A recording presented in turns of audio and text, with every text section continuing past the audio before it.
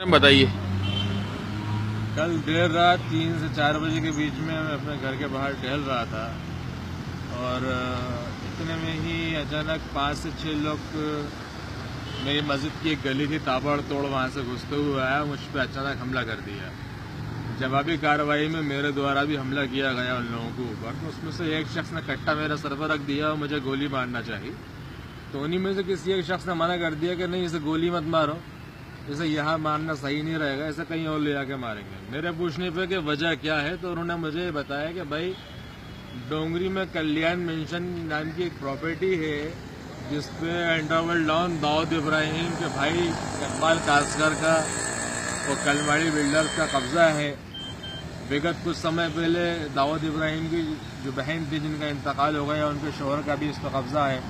कहीं ना कहीं तक पठान गैंग भी इसमें शामिल है। अच्छा, मेरे इस मामले में शामिल होने के बाद से जब मैंने कब्जा इन लोगों का हटवा दिया था तो ये प्रॉपर्टी की कीमत कम से कम 400 से 450 करोड़ की थी और मेरे द्वारा इस प्रॉपर्टी को सिर्फ 30 करोड़ में जो है कि पार्टी को बेचा जा रहा था।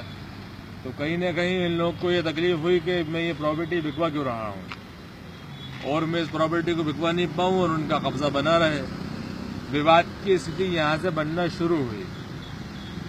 तो कल जब रात में मेरे ऊपर अचानक हमला हुआ और हमला होने के बाद जब वो लोग रवाना हो गए तो फिर मैं अपने घर में गया, मैंने अपना दरवाज़ा लॉक किया और सुबह मैंने अपने राष्ट्रीय अध्यक्ष माननीय श्री अलीम कादरी जी के संज्ञान में बात डाली और हमारे जो मुनीर जी हैं, प्रभारी जी हैं, मैंने उनके संज्ञान में बात डाली और मैं खुद स्वयं अखिल भारतीय युवा पत्रकार संघ का मध्य प्रदेश अध्यक्ष हूँ और सहारा से चेयरमैन भी हूँ।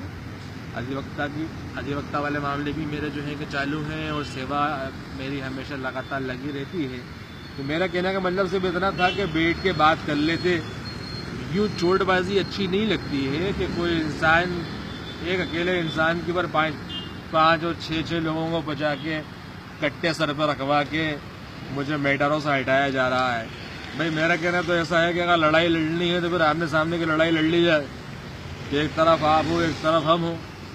बहरहाल मेरा प्रशासन से मेरी यही अपील है कि मुझे सुरक्षा प्रदान की जाए पूरी की पूरी लेके, और इस मामले के अंदर जो लोग शामिल हैं जिन्होंने मुझ पर हमले करे और करवाए उनके ऊपर दंडात्मक कार्रवाई होना चाहिए।